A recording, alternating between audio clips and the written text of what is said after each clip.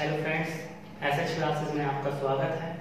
और ये एसआई के लिए मूल विधि जिस पर हम डिस्कस करेंगे, ये बहुत इंपॉर्टेंट होगा आपके एग्जाम के लिए। जैसा कि सिलेबस मैंने आप लोगों के सामने लिख दिया है, जो मैं आपको 1 बाय 1 बता देना चाहता हूँ। इसमें सबसे पहले है भारतीय दंड विधान एवं दंड प्रक्रिया संहिता। यही है जो सबसे बड़ा पोर्शन आपसे एसआई के एग्जाम में क्वेश्चन के रूप में पूछा जाएगा। बाकी सब जो दिया हुआ है उसमें से बहुत कम मात्रा में क्वेश्चन पूछे जाते हैं। मतलब आप लोगों को मेनली फोकस जो करना है वो इस टॉपिक पर करना है। उसके अलावा जो हम लोगों को साथ में पढ़ना है उसमें है महिला, बच्चे, अनुसूचित जातियों के सदस्यों आदि के लिए संरक्षण देने संबंधी विधिक प्रावधान। यानी महिला, बच्चे और अनुसूचित जाति के लिए जो गवर्नमेंट ने, जो पार्लियामेंट ने लॉ बनाए हैं, उन सभी के बारे में हम लोगों को डिस्कस करना है। उसके साथ हमको पढ़ना है यातायात नियम। अगर आप प्रीवियस ईयर के क्वेश्चन पेपर देखें तो उसमें एक क्वेश्चन यातायात नियम का हर पेपर में आया हुआ है, इसलिए इस पर भी आपको फोकस करना है। साथ में आपको पर्यावरण, जो आपको सामान्य ज्ञान में भी काम आता है, और वन्य जीव संरक्षण, ये ज्योग्राफी से लिया गया टॉपिक है। हालांकि जो आप सामान्य ज्ञान में ज्योग्राफी पढ़ेंगे वहीं से ये टॉपिक थोड़ा सा रिलेट करता है। उसके बाद मानव अधिकार संरक्षण और सूचना का अधिकार। सूचना का अधिकार जो टॉपिक दिया गया है, बहुत ज्यादा संभावनाएं हैं कि इस टॉपिक से भी एक सवाल आए। उसके अलावा साइबर अपराध के बारे में है, और जनहित याचिका। जनहित याचिका यानी कि कहीं ना कहीं हमारा सुप्रीम कोर्ट से संबंधित है। जो हमारा संविधान दिया गया है उस संविधान को टच करता है। संविधान में जो सुप्रीम कोर्ट दिया गया है और उसमें जो हमारा सर्वोच्च न्यायालय वाला मामला है, उसमें इसके विषय में थोड़ा सा आप लोगों ने पहले भी पढ़ा होगा, बाकी यहाँ पर हम लोग डिस्कस करेंगे। साथ में सुप्रीम कोर्ट के महत्वपूर्ण न्यायिक निर्णय, जितने भी केस होते हैं उन केस में ऐसे कौन से हैं जिसमें सुप्रीम कोर्ट ने एक नया विवाद को सॉल्व किया है, उसने हल किया है, जो एकदम क्रिएटिव पॉइंट उसने जिन जिन केसेस में दिए हैं उन सभी को हमें याद करना है। साथ में मैं बताऊंगा आप लोगों को क्या कि वो कौन कौन से केसेस हैं। साथ में है भूमि सुधार, भूमि अधिग्रहण, भू राजस्व संबंधी कानून। यानी इन सभी के विषय में मात्र सामान्य ज्ञान, एक सामान्य जानकारी आप लोगों को होनी चाहिए, कोई विशेष जानकारी नहीं होनी चाहिए। क्योंकि इतना बड़ा सिलेबस जो दिया गया है, अगर हम इसको लॉ के प्रोस्पेक्टिव से देखें तो इसको पढ़ने में बहुत लंबा समय चाहिए। लेकिन एसआई के पेपर में जो आप लोगों से पूछा जाएगा वो बस कुछ खास बातें पूछी जाएंगी, एक तरफ से सब कुछ नहीं पूछा जाएगा। इसलिए मूल विधि पर कुछ खास टॉपिक्स पर आपको ध्यान देना है।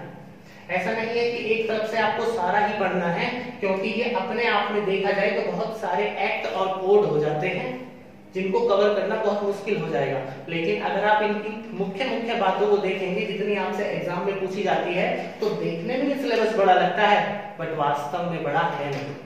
अब मैं आपसे चर्चा करता हूँ कि आखिर किस तरीके से हमको पढ़ना है, क्या हमको पढ़ना है और किस तरीके से आगे बात चलेगी।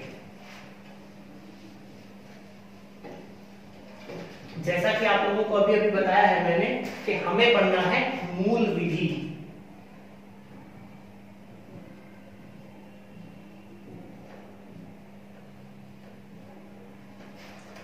देखने से ही क्लियर हो जाता है, मूल विधि का मतलब होता है बेसिक लॉ। बेसिक लॉ यानी बहुत छोटे स्तर की ये बात कर रहा है। बेसिक लॉ, लॉ यानी विधि।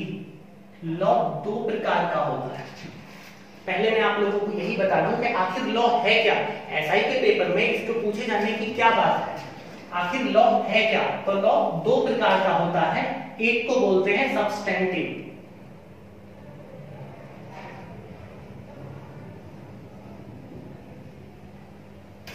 सब्सटेंटिव लॉ, आखिर सब्सटेंटिव लॉ होता क्या है? ऐसा लॉ जो आपके अधिकारों की बात करे, जिसमें आपके अधिकार दिए गए हों, अधिकार के साथ में कर्तव्य की बात करता हो, और कर्तव्य के साथ में वो दायित्व की बात करता हो। अगर कोई भी लॉ इनकी बात करता है, साथ में वो अपराध की बात करता है,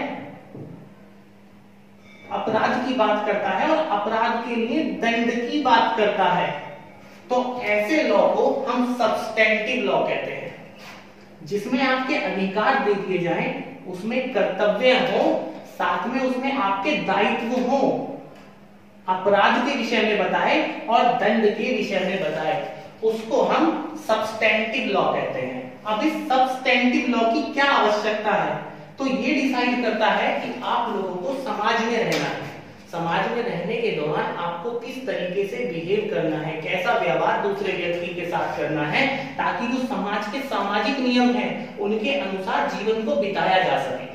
तो इस तरीके से देखा जाए तो लॉ की बात करें तो ये सब्सटेंटिव लॉ है। एग्जाम्पल के तौर पे अगर मैं आपको बता दूं तो सब्सटेंटिव लॉ में हम आईपीसी को लेते हैं। आईपीसी 1860, आईपीसी का मतलब होता है इंडियन पेनल कोड, यानी भारतीय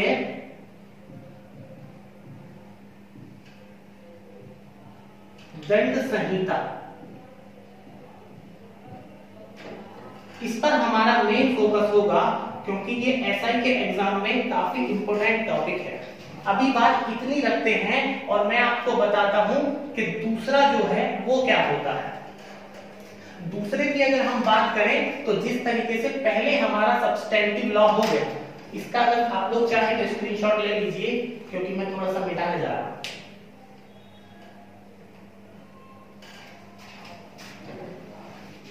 स्पेस थोड़ा सा कम है तो इसलिए बार बार मिटाने की आवश्यकता पड़ जाएगी। अगर हम दूसरे की बात करें तो दूसरा होता है प्रोसीजरल लॉ।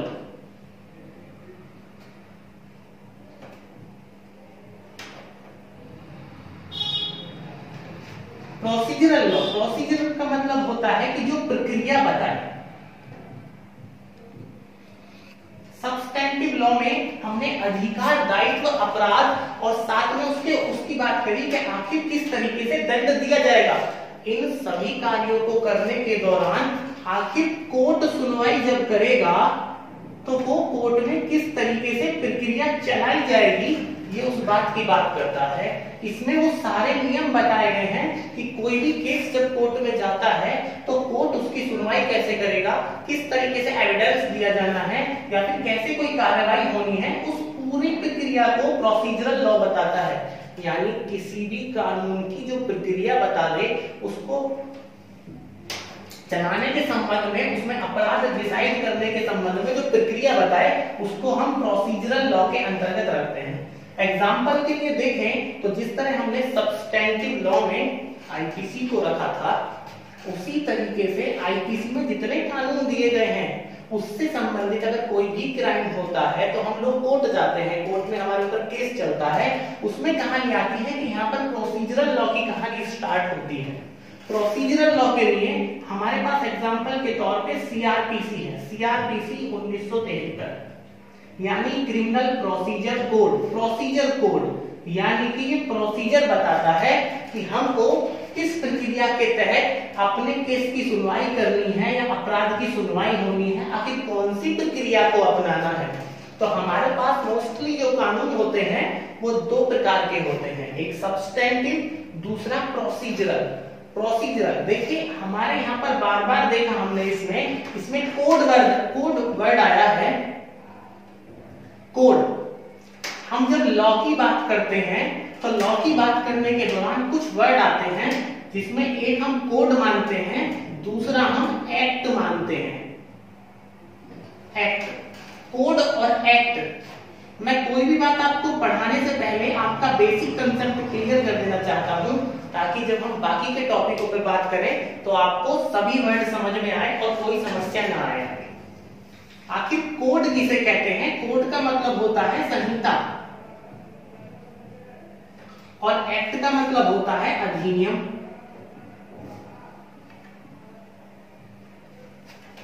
कोड और एक्ट, इनके बीच में डिफरेंस करने के लिए सबसे पहले हम कोड की बात करते हैं। कोड किसे कहते हैं? तो कोड जो होता है वो पार्लियामेंट के द्वारा ऑलरेडी पास कानून होता है, कानूनों का संग्रह होता है जो बहुत वाइड होता है, काफी विस्तार में दिया गया होता है, बड़ा होता है। मतलब ऑलरेडी पास कानून होगा, कोई ऑलरेडी पास लॉ होगा। लेकिन जो एक्ट होता है उसको पार्लियामेंट में पहले किसी बिल के द्वारा प्रस्तुत किया जाता है। बिल मीन्स विधेयक। किसी भी विधेयक के द्वारा प्रस्तुत किया जाता है और उसको पार्लियामेंट से पास कराया जाता है। देन राष्ट्रपति महोदय की परमिशन वहां पर मिल जाती है और उसको गजट में पेश करने के बाद वो कानून बनता है। कोड और कानून के बीच में डिफरेंस है बस इसी बात का कि जो जितने भी हमारे अधिनियम होते हैं, जो एक्ट होते हैं, वो किसी ना किसी कोड के अंतर्गत ही आ जाते हैं। और अगली बात ये आती है कि एक्ट जो होता है वो स्वतंत्र रूप से किसी विशेष की ही बात करता है, किसी भी विशेष की बात करता है। आखिर एक्ट में होता क्या है? कुछ और बातें भी हैं जो इसमें आगे चली जाती हैं, मैं आपको बता देता हूं वो भी कि जितने भी हमारे कोड होते हैं, कोड के अलावा मैं आपको ये बता देता हूं कि इनके अंदर कुछ टर्मिनोलॉजी का इस्तेमाल होता है जिनको लेके काफी कंफ्यूजन रहता है। और वो कंफ्यूजन जो रहता है वो इस बात पर रहता है कि हमारी एक तो धारा क्या होती है, एक तो धारा और अनुच्छेद। कुछ लोग संविधान में भी अनुच्छेद ना बोलकर धारा बोलते हैं। धारा को अंग्रेजी में सेक्शन बोला जाता है और अनुच्छेद को अंग्रेजी में आर्टिकल बोला जाता है। इसके बारे में बता देता हूं मैं आपको क्या होता है। धारा होती है किसी भी देश की पार्लियामेंट के द्वारा जो कानून बनाया जाता है, बिल पास करने के बाद जो कानून बनाया जाएगा, या तो वो धारा हमारी एक्ट में होगी जो बिल पास करके एक्ट बनाया, या ऑलरेडी पास जो कोई कानून होगा यानी जिसको हम कोड कह देते हैं, उसमें धाराएं होती हैं। लेकिन किसी भी देश की जो सर्वोच्च विधि होती है, जो सुप्रीम लॉ होता है, उसके अंदर आर्टिकल होते हैं। किसी भी देश की सर्वोच्च विधि में आर्टिकल होते हैं, लेकिन कुछ देश आपस में मिलकर भी जो लॉ बना ले उसमें भी आर्टिकल होते हैं। जैसे UDHR, union declaration of human rights की अगर हम बात करें, इसके अंदर भी अनुच्छेद होते हैं, इसके अंदर धाराएं नहीं होती। ये कुछ बेसिक टर्मिनोलॉजी है, वैसे एसआई के पेपर से इनका कोई संबंध नहीं है।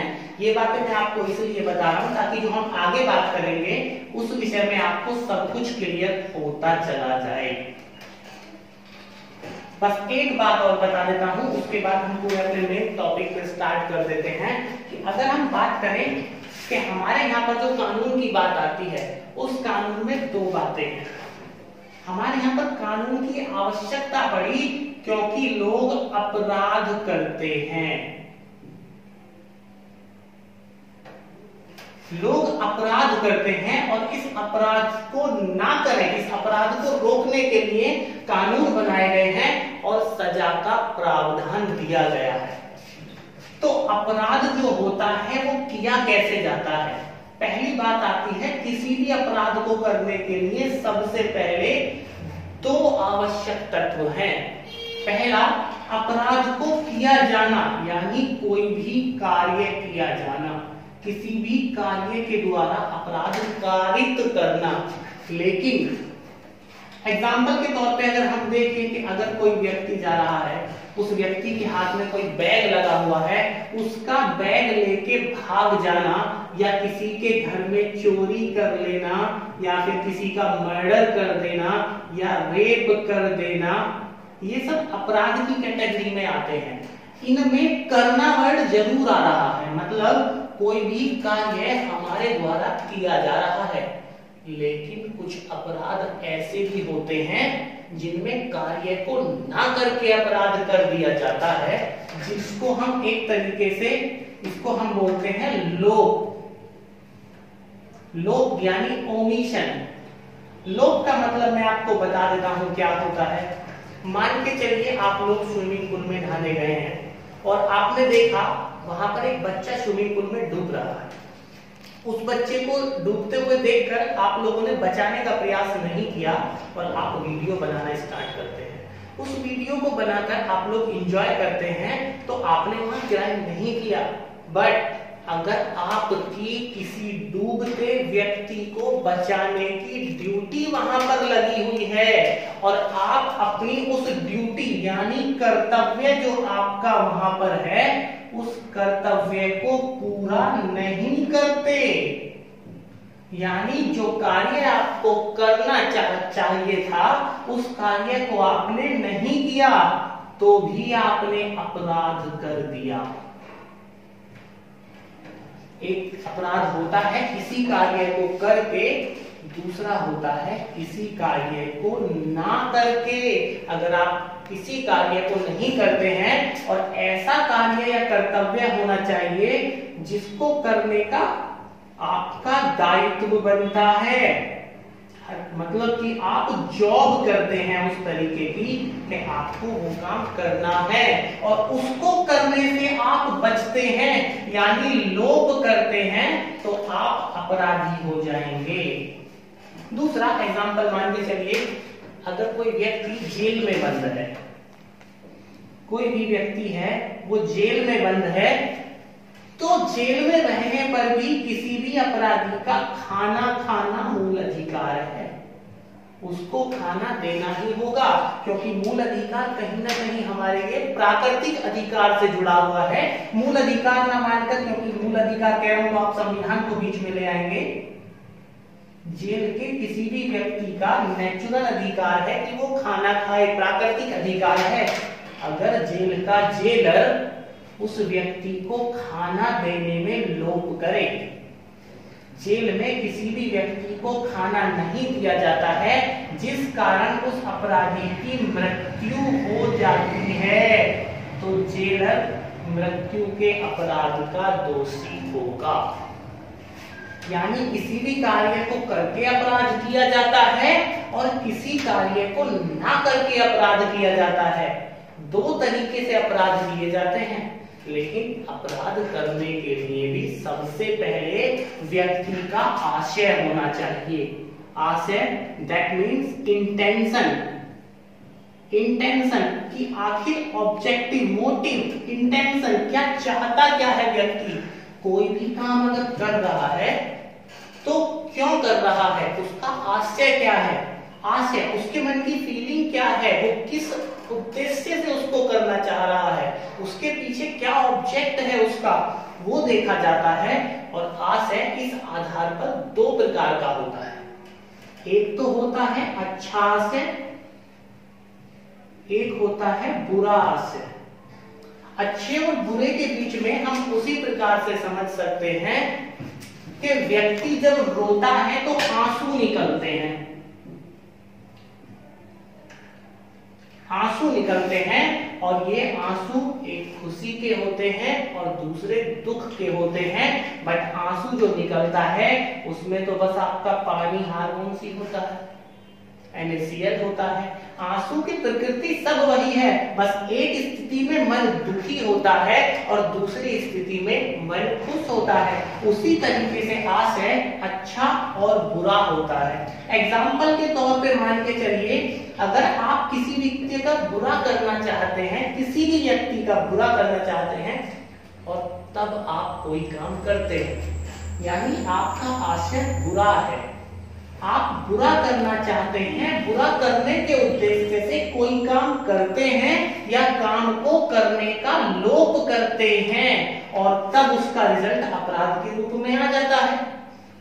अगर आपका आशय बुरा है तो आप अपराध करते हैं, अन्यथा अगर आप कोई भी कार्य किसी की भलाई के लिए, यानी आप अच्छा आशय रखते हुए करना चाहते हैं और व्यक्ति का बुरा हो जाता है, तो आप वहां पर अपराध के दोषी नहीं माने जाते, क्योंकि मेंस या किसी भी क्राइम को करने का मेन फैक्टर माना जाता है दुराशय या फिर बुरा आशय। अगर आपका आशय बुरा है तो आप अपराध करेंगे, अगर आपका आशय बुरा नहीं है तो आप अपराध के दोषी नहीं माने जाते। अभी तक जो हमने बात करी है ये बस एक बेसिक कंसेप्ट की बात है। अब मैं आपसे आईपीसी के विषय में, क्योंकि हमारा पहला टॉपिक भारतीय दंड विधान एवं दंड प्रक्रिया संहिता है, तो मैं आपसे बस इतने के विषय में चर्चा करूंगा। पहले इसकी बातें हम लोग बाद में करेंगे, मैं 1 बाय 1 एक एक टॉपिक खत्म करूंगा, लेकिन पहले हम लोग भारतीय दंड विधान या फिर दंड संहिता, एक्चुअल में ये विधान ना होकर संहिता होता है, लेकिन क्योंकि सिलेबस में विधान दिया हुआ है तो हम भी विधान ही बोलेंगे। मैं मिटा देता हूं इससे पहले, अगर आप स्क्रीनशॉट लेना चाहें तो।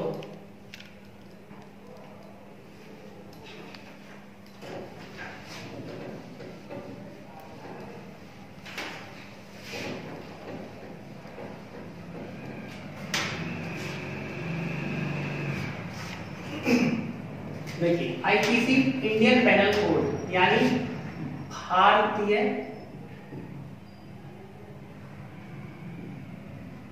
दंड संहिता 1860, इसको 18 से 60 से मतलब भारत की आजादी से पहले इसको लागू माना जाता है।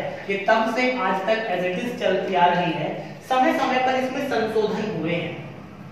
अगर हम भारतीय दंड संहिता की बात करें तो इसमें 23 भाग हैं, अध्याय हैं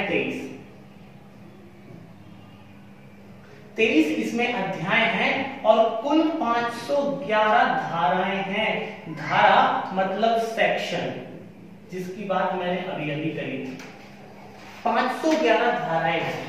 अगर आप 511 धाराओं को याद करने लग जाओ तो आप में और एक लॉ स्टूडेंट में कोई अंतर नहीं बचता। आपके एग्जाम में मात्र सामान्य ज्ञान पूछा जाएगा आपसे, मूल विधि बेसिक लॉ का। तो आपको भारतीय दंड संहिता के कुछ खास प्रावधान हैं जिनको केवल औपचारिक रूप से पढ़ना है, उनका गहन अध्ययन नहीं करना। तो अगर उस औपचारिकता की बात करें तो फिर मैं आपके साथ शुरुआत करना चाहता हूं धारा 34 की,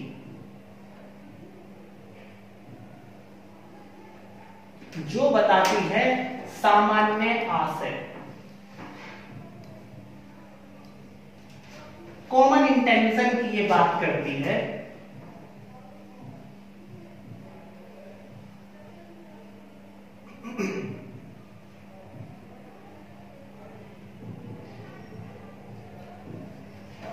सामान्य आशय होता क्या है?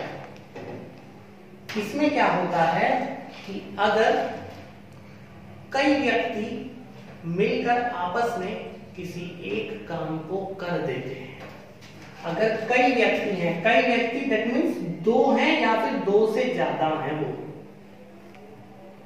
वो किसी भी काम को कर देते हैं, तो इनमें से प्रत्येक व्यक्ति उसी प्रकार दोषी माना जाता है कि मानो उस व्यक्ति ने वो काम अकेले किया हो।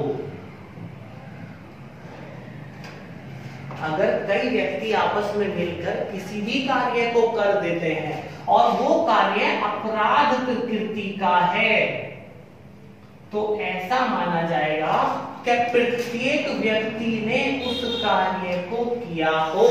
मतलब ये जॉइंट लायबिलिटी की बात करता है, संयुक्त दायित्व बना देता है।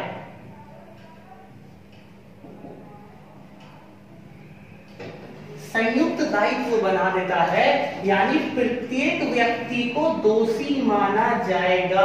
कैसे माना जाएगा? अगर कुछ व्यक्ति हैं, मान के चलिए भाई 5 लोग हैं और ये 5 लोग एक बैंक को लूटना चाहते हैं। अगर इन 5 में से एक व्यक्ति ऐसा है जिसने बैंक के बारे में इंफॉर्मेशन निकाली कि कब कैसा पैसा जाता है, उसने इंफॉर्मेशन दी कब कहां कैसे पैसा जाएगा। एक व्यक्ति गया बैंक में फोटो खींच लाया या फिर अलग अलग कार्य कर दिए। कार्य करने के दौरान इनमें से जो ये 3 व्यक्ति बचे, ये वो 3 पर्सन हैं जो बैंक को वास्तविक रूप से लूट कर लाए हैं। तो ये व्यक्ति भी उतने ही दोषी होंगे जितने की ये 3 हैं, क्योंकि सभी ने अपने समान इंटेंशन को पूरा किया, इन्होंने कॉमन इंटेंशन को पूरा किया। इन लोगों का जो सामान्य आशय था वो आशय एक सा था, उस आशय को पूरा करने की दिशा में इन लोगों ने कदम बढ़ाया। तो जब जैसे ही कदम बढ़ाते हैं, किस तरीके से, अगर ये बात देखी जाए कि कोई भी व्यक्ति है वो किस तरीके से किसी अपराध में शामिल हो रहा है, तो उसको शामिल होने के लिए कुछ तरीके हैं। मिटा रहा हूं मैं थोड़ा सा, अगर आप स्क्रीनशॉट ले लो। कोई भी व्यक्ति है कि अगर देखा जाए तो किस तरीके से किसी अपराध में शामिल होता है, तो उसके पीछे जो तरीका है शामिल होने के लिए वो ये आता है। पहले नंबर पे हम देखते हैं, या तो कोई भी व्यक्ति अपराध को करे, या तो अपराध को स्वयं करे, ये पहली कंडीशन है, या तो अपराध को करे। दूसरी कंडीशन है कि वो अपराध को किसी से कराए,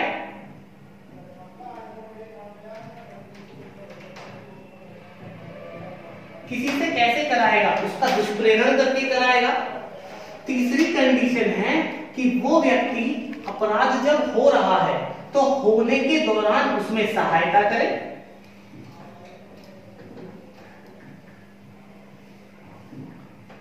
अगर वो इन सब चीजों में शामिल रहता है तो कहीं ना कहीं उसका जो आशय है वो अपराध को करने वाले के जैसा ही है। इस तरीके से वो सामान्य आशय के तहत आ जाता है और सामान्य आशय में कोई भी अपराध करता है, और जिस तरीके का वो अपराध करेगा उसके हिसाब से उसको दंड दिया जाएगा, चाहे वो कारावास हो, आजीवन कारावास हो, साधारण कठोर हो। चलिए मैं साधारण कठोर के बारे में बता देता हूं। किसी भी व्यक्ति को जेल में भेजा जाता है, यानी कि उसको दंड दिया जाता है। 2 प्रकार का होता है दंड, यानी कारावास हम इसको बोलते हैं। एक तो होता है साधारण और दूसरा होता है कठोर। साधारण की कंडीशन में आता है कि व्यक्ति को जेल में भेजा गया, लेकिन मात्र उसको अपनी सजा काटनी है, वहां पर उसको कोई भी काम नहीं करना होगा। लेकिन कठोर कारावास का मतलब होता है कि व्यक्ति जेल में रहेगा तो जेल में रहने के दौरान उसको काम भी करना होगा, और जब यहाँ पर कोई काम करेगा तो उसको काम के बदले में कोई मेहनताना यानी कोई पैसा नहीं मिलेगा। लेकिन साधारण कारावास में अगर वो व्यक्ति काम करता है तो उसको उसके काम के बदले का पैसा दिया जाता है। इसके अलावा 2 कॉमन बात और हैं जो हो सकता है कि एसआई के एग्जाम में पूछ ली जाए, हम इससे आगे की चर्चा आप लोगों के साथ करेंगे। आज के लिए तो बस इतना ही, थैंक यू।